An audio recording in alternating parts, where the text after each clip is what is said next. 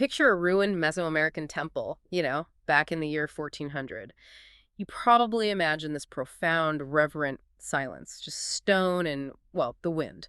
But if you were actually standing there, that silence could be suddenly shattered by a noise so piercing, so viscerally wrong, that every muscle in your body would just involuntarily lock up. Yeah, and that noise belongs to the Ehekachikli, or what most people call the Aztec death whistle. It's this small, skull-shaped clay artifact that produces a terrifying, genuinely human-like scream.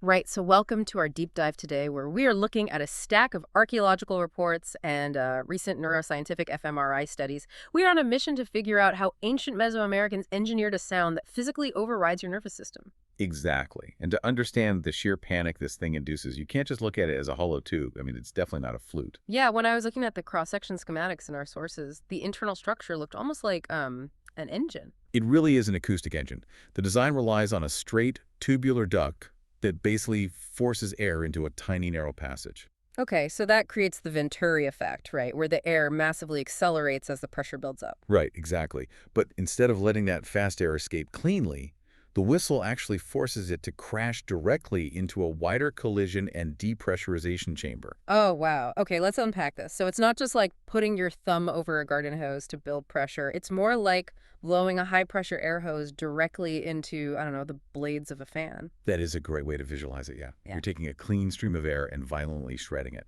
In physics, this collision creates what we call highly turbulent, nonlinear noise. And nonlinear means it's unpredictable. Exactly.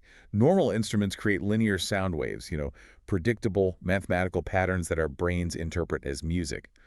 But nonlinear noise is totally chaotic. Right, the sound waves are essentially colliding and distorting. It's like the acoustic equivalent of an overblown microphone or vocal cords tearing during a frantic scream. Yeah, which perfectly bridges into the neuroscience. Because a team at the University of Zurich actually put volunteers into an fMRI scanner and blasted the death whistle sound to watch their brain's reaction in real time. Here's where it gets really interesting. What did they find? The results were startling. The sound triggers two completely different parts of the brain at the exact same time. First, it instantly activates the affective neural system. Wait, those are the deep primitive hear centers, right? The ones that govern your fight or flight response. Yes, exactly. You hear it, and your body immediately prepares to run. But simultaneously, the frontal cortex lights up too. Specifically, the higher order symbolic association areas. Meaning the analytical part of the brain is trying to solve a puzzle. Right. Your brain's logic center is desperately trying to categorize the threat. It's caught in this loop, asking, is this a human being dying, or is this a violent howling storm? Because the sound contains acoustic signatures of both, so the brain just can't classify it. Exactly. If we connect this to the bigger picture, that ambiguity is exactly what puts the brain on high alert. Oh, wow. It's like an audio version of the uncanny valley. You know how a robot that looks almost human but not quite is infinitely more creepy than an obvious machine? Yeah, absolutely. This whistle is doing that to our ears. It's organic enough to trigger human empathy, but artificial enough to break our brain's categorization engine. The ambiguity itself is the weapon. And the Aztecs empirically understood that psychoacoustic effect centuries before brain scanners even existed. Which, brings us to how they actually deployed this psychological trigger. Right, because if you spend 5 minutes looking this up online, you will see the same story repeated everywhere. Aztec armies blowing hundreds of these whistles at once as they charged into battle. Yeah, basically using them as psychological warfare. It paints a very cinematic picture.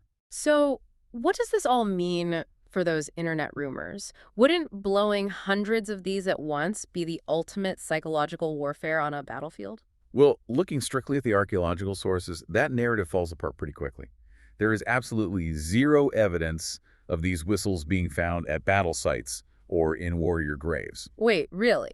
Zero evidence. So the warfare hypothesis is just a modern internet myth. Pretty much, yeah. It's Oh. totally ceremonial. The definitive physical evidence actually comes from a 1999 excavation at Tlaxcalco. Okay, so where were they actually found?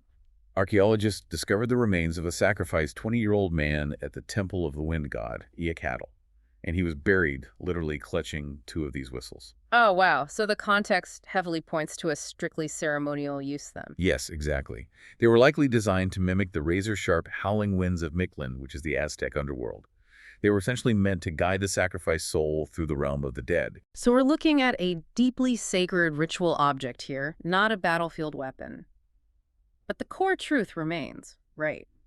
This piece of clay proves just how powerfully sound can be weaponized to shape human emotion and behavior. Definitely. They successfully engineered earth and air to manipulate the brain's deepest fear centers. And they created a biological reaction that we are just now able to measure with modern technology. It really makes you wonder, I mean, if they could engineer an acoustic trigger that's sophisticated centuries ago, what about the sounds we hear every day?